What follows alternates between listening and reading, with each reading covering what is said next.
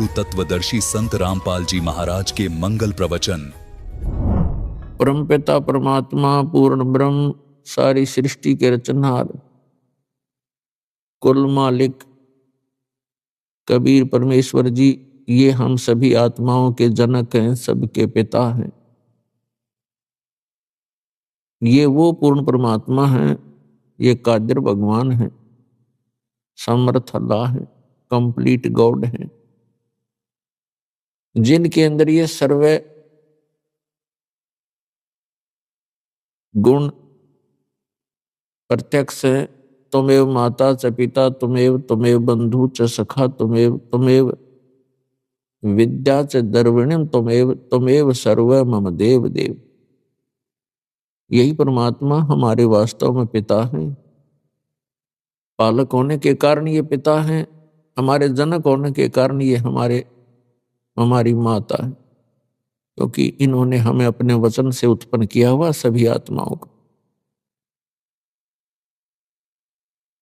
और यही हमारा असली धन है, क्योंकि परमेश्वर स्वयं आकर बताते हैं, कबीर सब जग निर्धना धनवंता ना कोई, और धनवान उसको जानियो जिस पर राम नाम धन होए।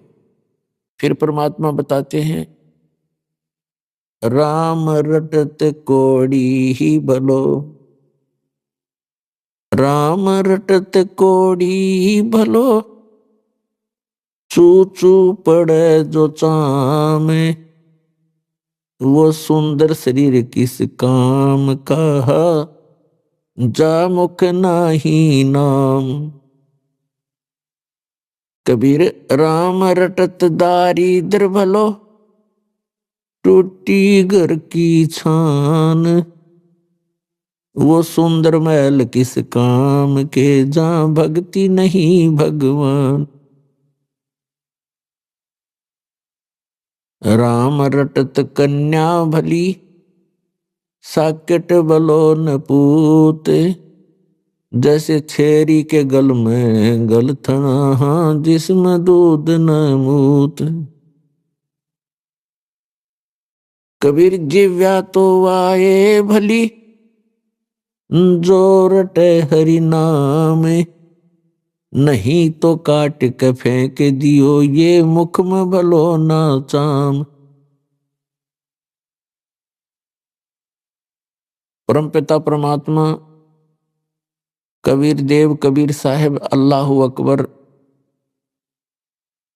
ये हमारे सभी आत्माओं के जनक हैं, ये सबके पिता हैं। और यही वो रहमत वाले अल्लाह हैं, ये वही कृपा के सागर हैं, जो अपनी आत्माओं को, जो इनकी शरण में आकर के सत भक्ति करते हैं, उनको सर्व सुख प्रदान करते। और जो भक्ति नहीं करते या करते हैं तो शास्त्र विधि त्याग कर मनमाना आचरण करते हैं, या वे इनकम्प्लीट गॉड की, अधूरे भगवानों की भक्ति करते हैं, तो वो प्राणी मोक्ष प्राप्ति नहीं कर सकते। और उनका प्रारब्ध में यानी किस्मत में लिखा हुआ जो पाप कर्म है, जिसके कारण प्राणी को कष्ट होते हैं, उससे भी छुटकारा नहीं पा सकते। प्रत्येक प्राणी इस काल के लोक में 21 ब्रह्मांड में, आप पृथ्वी लोक पर रह रहे हो, ये भी काल के लोक के अंतर्गत आता है। कोई भी सुखी नहीं है। परमात्मा ने बताया कि आप झूठे सुख को सुख कहते हो। आप किस बात को सुख मान बैठे हो? पैसा हो, बढ़िया कोठी हो, कार हो, संतान हो, बस आप इसको मौज मानते हो, इसको आप सुख मानते हो।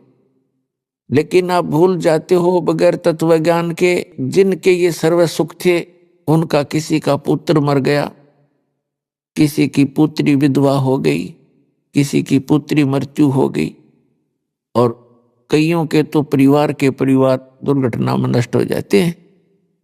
तो फिर कहाँ गई वो मौज? उस समय ध्यान नहीं आता हमारे को कि ये कैसे बिजली गिर रही है, क्यों तो हम मर रहे हैं, क्यों जन्म रहे हैं, इसके पीछे कारण क्या है? तो ये परमात्मा ने आके बताया, जो हमारे पिता हैं, और हम गलती से यहाँ आ गए थे इस काल के साथ मेला देखने, और इस मेले में हम भी चल गए, अपने परमात्मा से भी छुड़ गए। अब वो परमात्मा यहाँ आता है हमें समझाने के लिए कि जिस स्थान पर आप रह रहे हो ये स्थायी स्थान नहीं है, ये तो एक मेला है। कोई 10 वर्ष रह सकता है, कोई 20 वर्ष, कोई 50 वर्ष, कोई 60 और 100 वर्ष, उसके बाद सभी ने यहाँ से जाना पड़ेगा। और यहाँ आप एक दूसरे से अस्थायी तौर पर जुड़े हुए हो, जैसे मेले में मित्र बन जाते हैं। आपका परिवार इतना ही समझो।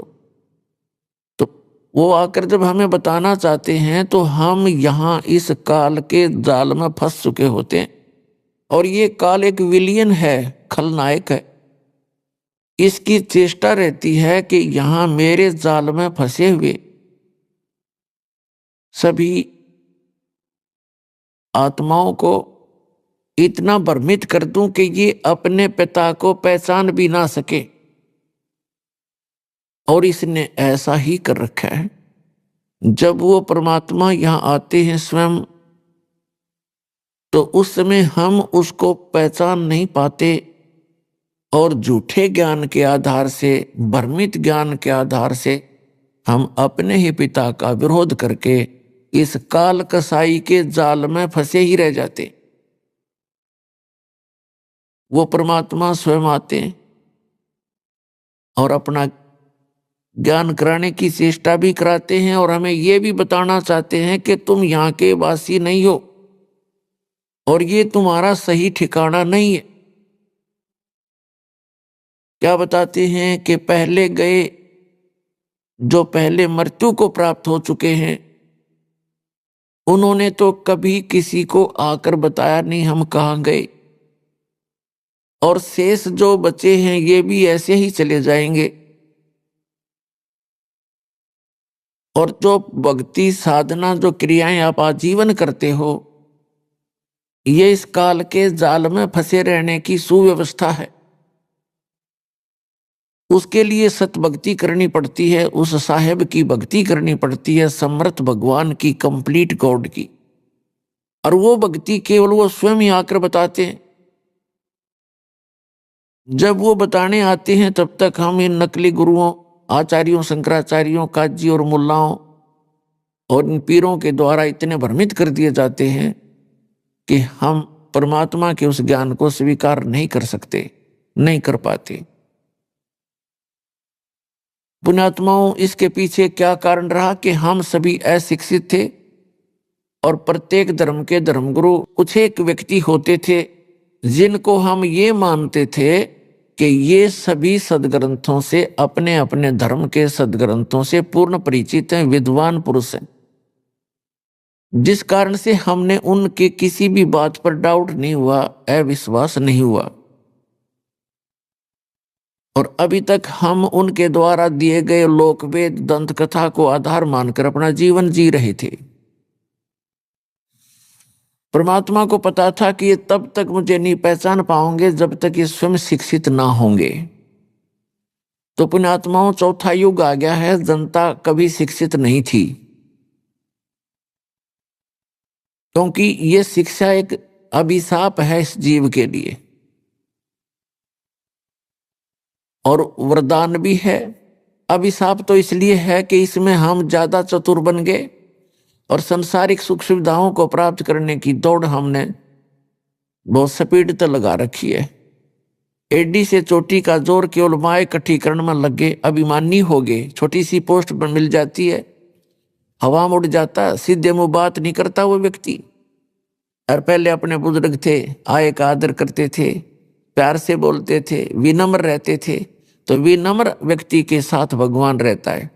जिसमें जरा सा भी अभिमान आ जाता है उससे भगवान दूर हो जाता है, केवल वो अपना फिर कर्म ही प्राप्त करता है पूर्व जन्म का, उसको अन्य कोई लाभ नहीं मिल सकता। तो अब परमात्मा ने आप जी को शिक्षित बनाया है। अब ये शिक्षा आपके लिए वरदान सिद्ध होगी कि आप परमात्मा को पहचान सकोगे, अपने सद्ग्रंथों को स्वयं पढ़ सकते हो, निर्णय ले सकते हो। और इस मनुष्य जीवन का मूल उद्देश्य है केवल परमात्मा प्राप्ति, भक्ति करके सतलोक जाने के लिए ही ये मनुष्य जीवन प्राप्त होता है। जो क्रियाएं हम करते थे, संतानों उत्पत्ति, उनकी परवरिश में सारा जीवन लगाकर हम ये कहा करते थे, हमारे बुजुर्ग, हमने देखा सुना कि मेरा काम पूरा हो गया, बच्चों का विवाह कर दिया, परमात्मा ने उनका संतान दे दी, अपने पैरों पर खड़े हो गए, अब मेरी बेशक मृत्यु हो जाओ, मेरा काम पूरा हुआ। अब इस तत्व ज्ञान से, जातम ज्ञान से पता चला कि मनुष्य वाला काम तो शुरू भी ना किया उसने, ये कर्म तो पशु पक्षियों जैसे किए आज तक जो आपने किए। तो इस मनुष्य जीवन का यदि कोई मूल उद्देश्य है, केवल परमात्मा प्राप्ति है। और आप जी जिनको ये मानव शरीर मिला है, ये एक ड्रेस है, ड्रेस पोशाक, इसको संत भाषा में चोला बोलते हैं, चोला यानी कपड़ा। तो ये वस्त्र आपको अन्य प्राणियों से भिन्न प्राप्त है, तो इसका कोई काम भी भिन्न है। और उस काम के बिना इस मनुष्य जीवन का कोई यूज नहीं, चाहे कितने कोठी बना लो, फैक्ट्री लगा लो, या चाहे कितनी कार खरीद लो, एक सेकंड में मृत्यु हो जाती है, सब कुछ धरा धराया रह जाता है।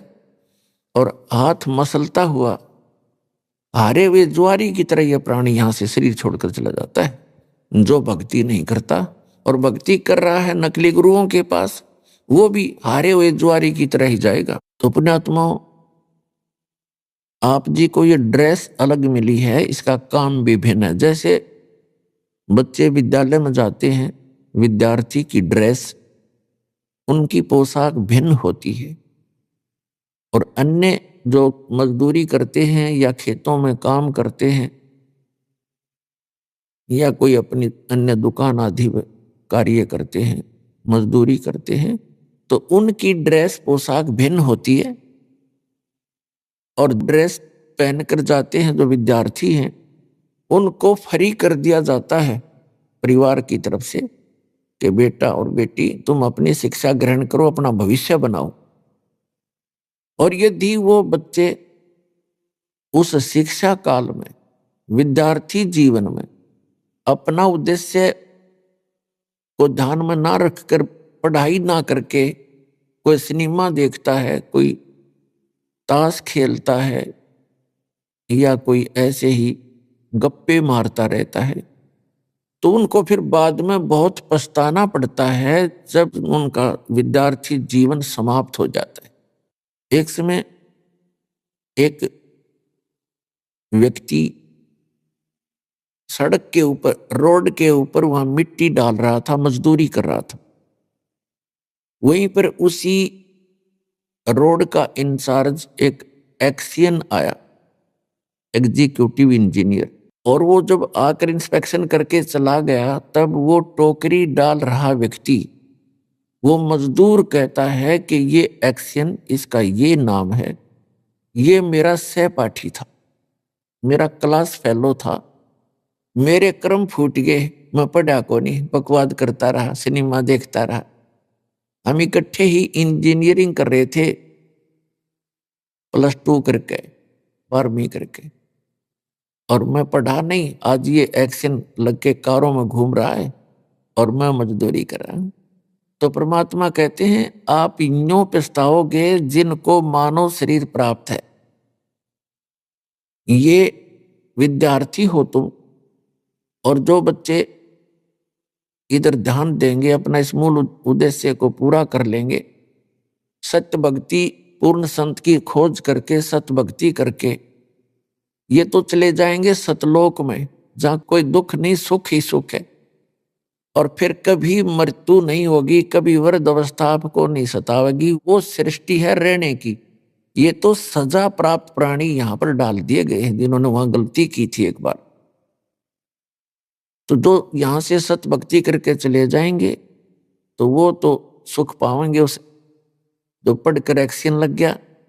और दूसरे दुख पाओगे जो इस मनुष्य जीवन के अंदर केवल राजनीति में, कोठी बनाने में, बंगले बनाने में, बूटी सूटी लाने में और बेमतलब की बकवास करके अपना जीवन व्यर्थ कर जाते हैं। वो ऐसे पछताएंगे जैसे वो मजदूर पछता रहा था, फिर गधे कुत्ते बनकर मजदूर लगेंगे। इसलिए परमात्मा ने आकर स्वयं ज्ञान दिया है कि आप भक्ति करो, और जो भक्ति नहीं करते वो चाहे भले ही आज आपको सुखी नजर आते हैं, वो उनके पूर्व जन्म की शुभ कर्मों की बैटरी चार्ज है। आगे चार्जर लग नहीं रहा, तो जब तक पूर्व जन्म की बैटरी चार्ज है यानी पुण्य कर्म है वो उनके चलेंगे, तब तक तो उसको कोई परेशानी नहीं होगी। और जब परेशानी आने लगेगी, बैटरी डिस्चार्ज होगी, पुनः क्षीण हो जाएंगे, फिर उस पर कहर पे कहर टूटेंगे। तो इसलिए जो आज सुखी है उसको भी चार्जर लगाना पड़ेगा, यानी सद्भक्ति रूपी ये साधना इस दास से प्राप्त करनी पड़ेगी। क्योंकि विश्व के अंदर इस दास के अतिरिक्त किसी के पास सतभक्ति नहीं और सच्चा ज्ञान नहीं, सब गलत ज्ञान प्रचार कर रहे हैं। और इसके अंदर कोई मान बढ़ाई नहीं करनी चाहिए, क्योंकि हम कई प्रकार से भ्रमित हो गए। जैसे किसी व्यक्ति ने किसी भयंकर रोग की दवाई खोज ली, तो उसके पास दवाई लेनी चाहिए, चाहे राष्ट्रपति का रोग हो उसने भी जाना चाहिए, इसमें क्या दिक्कत है। तो थोड़ी सी भी बुद्धि से काम आप लोगे तो ना अभिमान सतावेगा, आपको अपना कल्याण नजर आएगा, तो तुरंत आकर के नाम लीजिए। परमात्मा कहते हैं, मन तू पावेगा अपना किया रे, भोगेगा अपना किया रे। मन तू पावेगा अपना किया रे, भोगेगा अपना किया रे। राजा राम की कार उलंगी, गई सीता लंक मजारी। राजा राम की कार उलंगी, गई सीता लंक मजारे। सेतु बंधा जब सेना उतरी, चढ़ गए पद्म 18। मन तू पावेगा अपना किया रे, भोगेगा अपना किया रे। लंका तोड़ी बेलंका रे तोड़ी, वो अहि रावण से मारे। लंका तोड़ी बेलंका रे तोड़ी, अहि रावण से मारे। 10 मस्तक रावण के काटे, विभीषण को राज दिया रे। मन तू पावेगा अपना किया रे, भोगेगा अपना किया रे। प्रहलाद पैज परवान करी है, धर नरसिंह अवतारे। प्रहलाद पैज परवान करी है, धर नरसिंह अवतारे। दीन दयाल दया कर उतरे, एरना कुश उदर वेदार। मन तू पावेगा अपना किया रे, भोगेगा अपना किया रे। हा हा हु बंदे होते तौलत हैं बलवारे। आहा हु बंदे होते तौलत हैं बलवारे। गज और गरा बने भव सागर, 10 सेंस अधिकार। मन तू पावेगा अपना किया रे, भोगेगा अपना किया रे। भाई श्वास घटो बलहीन भयो जद, खेच लिया मजदारे। श्वास घटा बलहीन भयो जद, खेच लिया मजदारे। अर्ध नाम रसना से टेरा, वो सुमरत है रंकारे, मन तू पाव गया अपना किया रे, भोग गया अपना किया रे। भाई नारद मुनि तेर काली रे योगी, जिन मन गर्भ किया रे। नारद मुनि तेर काली रे योगी, जिन मन गर्भ किया रे। पल में पूत बहतर जाए, ये रोवत केस उपाड़े, मन तू पाव गया अपना किया रे, भोग गया अपना किया रे। भाई कृष्ण गुरु दुर्वासा होते, 56 कोटि सिंगारे। कृष्ण गुरु दुर्वासा रे होते, 56 कोटि सिंगारे। अम्बरीश कह चले अपुठे, वो दुर्वासा से हारे, मन तू पाव गया अपना किया रे, भोग गया अपना किया रे। भाई दुर्योधन और दुशासन को द्रौपदी चीर उतारे।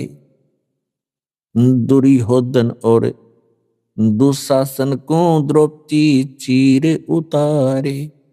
अंधे को पीन देई थी, वो बढ़ गए अंत अपारे, मन तू पाव गया अपना किया रे, भोग गया अपना किया रे। भाई भीष्म पिता और द्रोणाचार्य कर्ण से बाणों मारे। भीष्म पिता और द्रोणाचार्य ये कर्ण से बाणों मारे। महाभारत में टटीरी के रखे, वहां घंटा टूटे पड़ा रे, मन तू पाव गया अपना किया रे, भोग गया अपना किया रे। भाई 33 करोड़ यज्ञ में आए, वो 88 सारे। 33 कोटि जग में आए, 88 सारे। 12 कोटि वेद के वक्ता, वहां सुपच का शंख बजारे, मन तू पावे गया अपना किया रे, भोग गया अपना किया रे। भाई चमरा कनक जनेऊ काढ़ा, विप्र पंडित सब हारे। चमरा कनक जनेऊ काढ़ा, पंडित विपर सब हारे। जुल्हे के घर बालद आई, वो केसों से बन जा रे, मन तू पावे गया अपना किया रे, भोग गया अपना किया रे। मीराबाई को मारन लागे, जहर का प्याला प्यारे। मीराबाई को मारन लागे, जहर का प्याला प्यारे।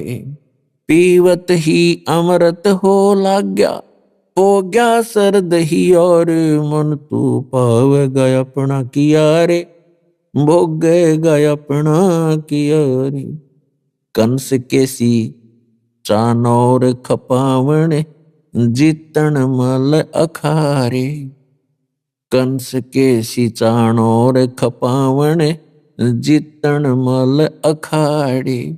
कृष्ण को तो यश दिया, ये कबीर न कारज सारे, मन तू पाव गया अपना किया रे, भोग गया अपना किया रे।